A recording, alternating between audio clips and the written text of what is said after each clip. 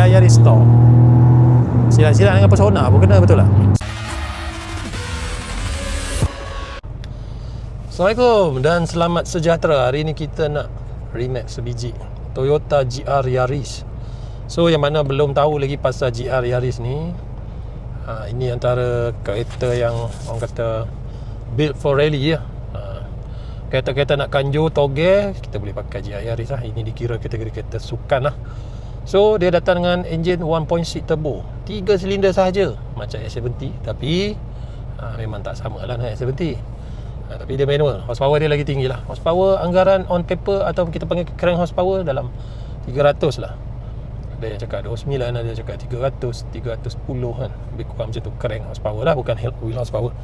So dia datang dengan 6 speed manual. So kita boleh tengok reverse gear dia belah kiri depan lah. Bukan macam kebanyakan kereta reverse dia akan duduk belah kanan.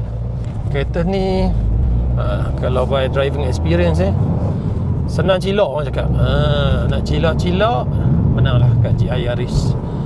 Dan horsepower dengan body yang kecil ni, kalau starting bahayalah untuk FKA dengan FL5, dia akan kena.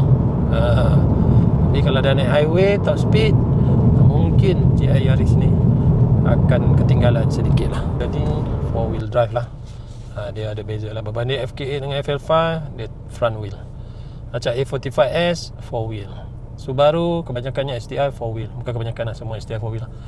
Evo pun semua 4 wheel. So kebanyakan kereta sukan ni semua 4 wheel lah. Tapi bukan bermakna yang kereta front wheel drive tu dikira bukan kereta sukan. Sebab ada je kereta yang front wheel dengan rear wheel ni mesti kereta sukan juga. Tapi masalah Yaris ni, kereta dah buat steady power lah apa semua, tiba-tiba ada speed cut 190. Memang owner koyak lah. Jadi hari ni kita akan buang speed cut dia dan remap stage 1 lah. Sebab owner kata barang-barang dia standard lagi. Jadi sekejap lagi kita akan check betul ke barang dia standard. So kita tengok kat sini, dia ada sport mode dengan track mode lah. Kita boleh pakai track mode. Bila kita rasa nak mengitai orang lain, kita pakai track mode. Nak pergi normal balik, tekan push saja. So tengok GR Yaris ni, dia punya body memang sexy hatchback orang cakap. So kita tengok lah berapa banyak gain kita dapat dengan maintain stock ni. Sebab kalau ikutkan, kalau orang kata nak modify yang tak keterlaluan pun, intake, downpipe, exhaust okey je kan. Kalau dah keterlaluan tu baru pergi ke intercooler lah, itu just pipe lah, macam-macam lah kan jangan cari. Sampai ke cam itu dah heavy lah. So itulah dia, kita dah tunjuk top speed, kita dah berjaya lebih daripada speed cut dia 183 atau 185 ke 190. Kita dah try, dah touch 200 lebih. Jadi GR Yaris ni dah siap tune stage 1. Boost pun agak okey lah, sebab barang dia 100% stock. Boost pun kita dah naik sikit. Power dah ada, pick up dah ada, top ada, speed cut dah tak ada. Jadi inilah baru the real GR Yaris. GR Yaris Store. Silat-silat dengan pesona pun kena, betul tak? Sebab ada speed cut, pesona boleh bawa 200. Ini beli kereta sukan tapi ada speed cut 1819, tak kepening kepala.